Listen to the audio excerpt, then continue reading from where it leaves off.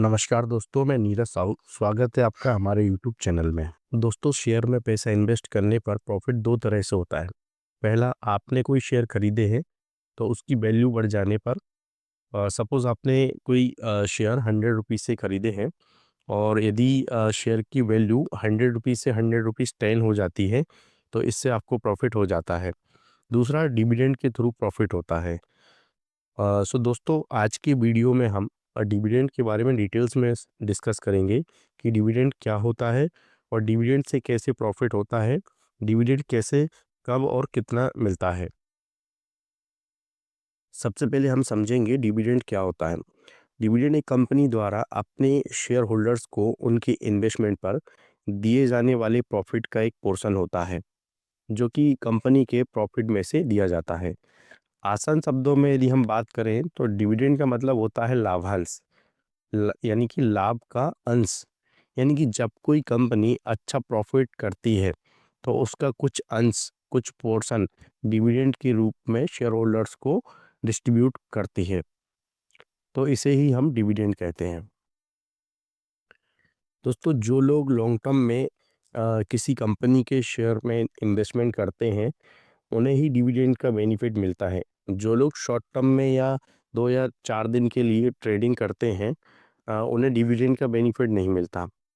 Company अपने share holder को dividend का अमाउंट जो है ना कैश में पे करती है। सपोज़ किसी कंपनी के आपने 1000 शेयर खरीदे हैं और उस कंपनी में 1 रुपीज़ पर शेयर का डिविडेंड देने का डिसाइड किया है।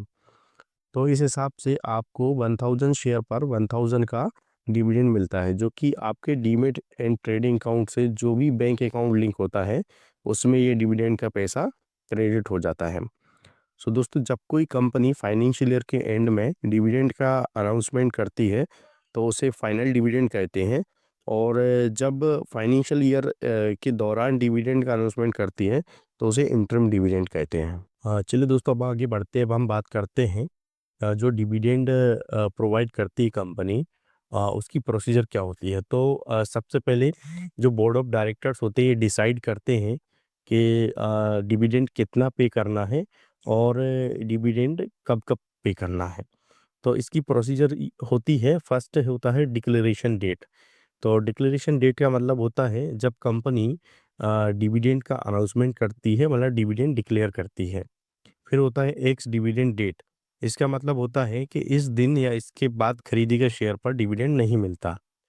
फिर होता है रिकॉर्ड डेट।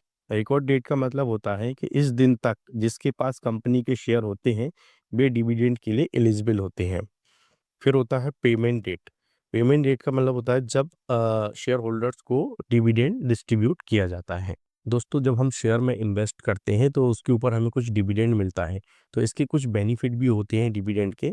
हम समझते हैं क्या क्या बेनिफिट होते हैं। तो फर्स्ट है इंकरेज इन्वेस्टमेंट।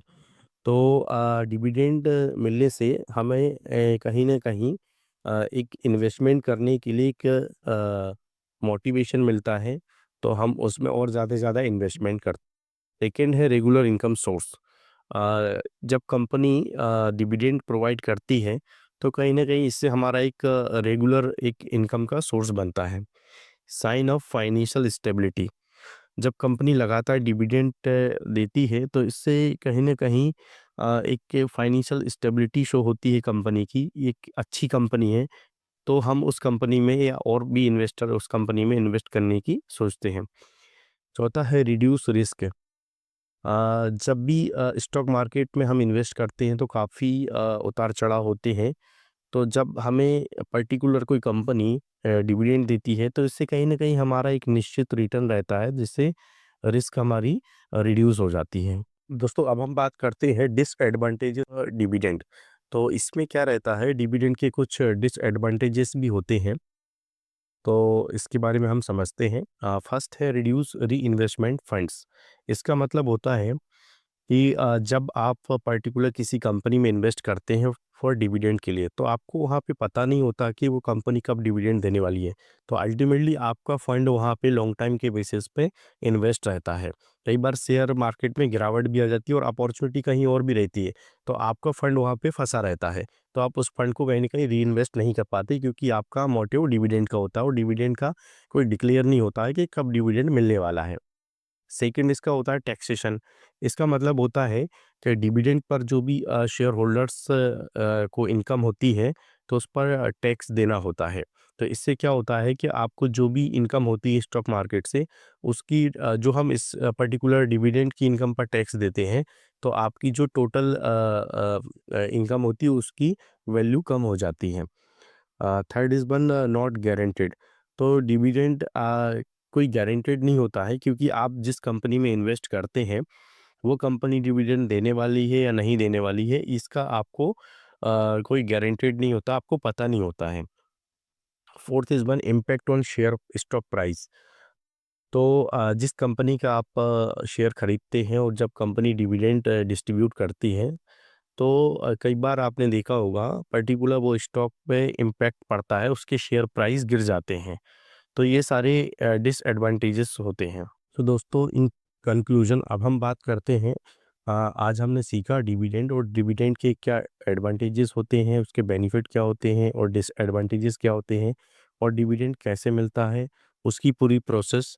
तो ये सब चीज़ों के बारे में हमने सीखा। तो आई होप, मैं उम्मीद करता हूँ कि आपको डिविडेंड से रिलेटेड अब कोई क्वेरीज नहीं होगी, डिविडेंड आपको समझ में आ गया होगा। यदि आपको फिर भी कोई क्वेरीज है, तो आप हमें एज अ फीडबैक कमेंट कर सकते हैं।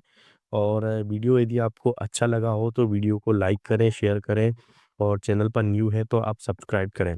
Thank you.